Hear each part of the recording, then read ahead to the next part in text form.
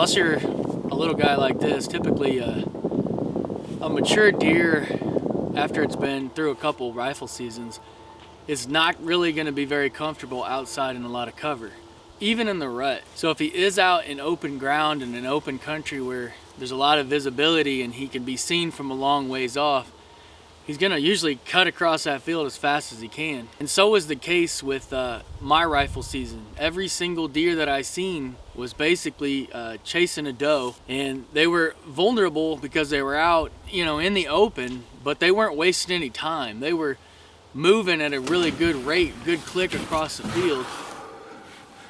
Dude just came flying across this field as fast as he could go. As a buck came out of those woods. He's following her.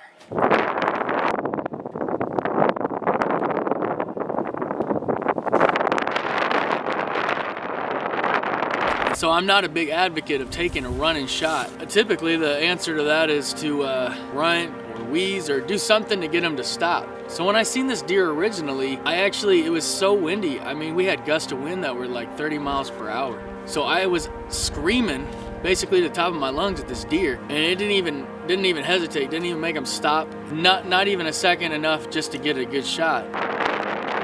Hey! So this buck is chasing this doe all over this field. And I knew, you know, that they're most likely, they're moving around so much that, you know, if I just wait here, there's a good chance I will eventually get a shot if I'm just very patient. God dang it. He's moving. You can see him in the woods down there. So we moved locations, but we stayed basically in the same area later that day after the morning where I seen that buck come across there. Luckily, I had my cameraman, my 11-year-old son, was with me to man the camera, and he's still going through the learning and learning the ropes of being a cameraman, as am I. So we were lucky enough. So we seen this doe on this hillside, and a buck cut across one of the windows and was out of my visibility in my window that I could see. So I had to quickly, we had to move the camera, so I moved, and then my son started to move the camera and shifted to this other window. And instead of using the tripod, you know, he just kind of held it as steady as an 11-year-old cameraman can hold a camera. There's a doe standing out here. You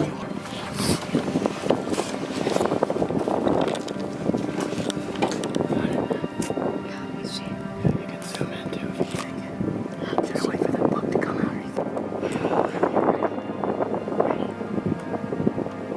This is slow.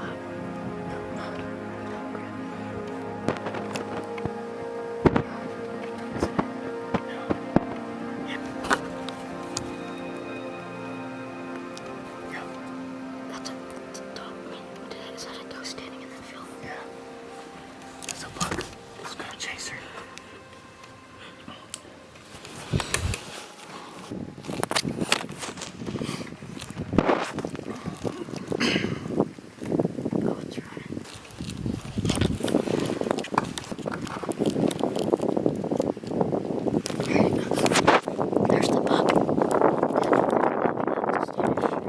Yeah, this doe went into the woods, and the buck that I've been after stood up on that hillside, and he just stopped just long enough for me to get my bearing straight, and I squeezed the trigger on my .303 British.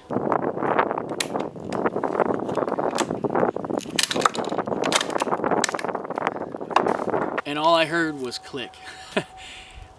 This thing's an antique, and I was using some older ammunition. It's probably 3 or 4 years old. I just kind of brought it out because my son's been using my rifle, my good deer rifle, for youth hunting and just getting familiarized. And so, you know, while he's been using that, I just kind of reverted back to my old rifle. And so I really don't know what happened. I don't know if the rifle just misfired, or if I had bad ammo, if it got wet. I'm not sure exactly what happened there, but I quickly put another round in the chamber, and that deer started to trot just a little bit, but I still felt super confident. It was about 125 yard shot with that rifle. I felt pretty confident.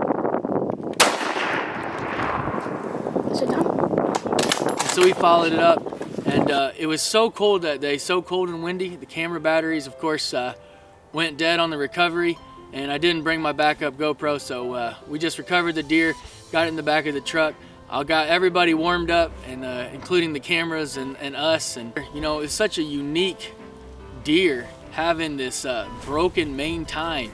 So it had to have broken this main beam while it was still in velvet, bent almost at a 90-degree angle. But the miraculous thing is it didn't fall off. It just grew that way, and then it eventually, you know, he went out of velvet and it hardened. And so it was like that. So it's such a unique rack. And when I showed the picture to my brother, he said, you know, I sent you pictures of that deer this summer and we talked about it. And I had totally forgot. So I went way back in my text messages from all the pictures and stuff, you know, that we send back and forth during, especially, you know, when we're talking about deer. And I found this picture of this deer when it was in velvet. And we were talking about it and how unique that was. And then I can't believe I forgot about this deer, but you know, it was back in June or July, and we hadn't seen this deer since, and it just kind of showed up during the rut. All right, so just to give everybody a heads up what happened before we get too far, it started snowing here.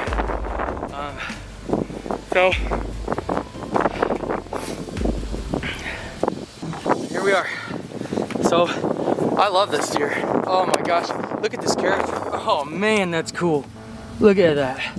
So his main beam was broken off and then sewed back up. So look at this bad boy.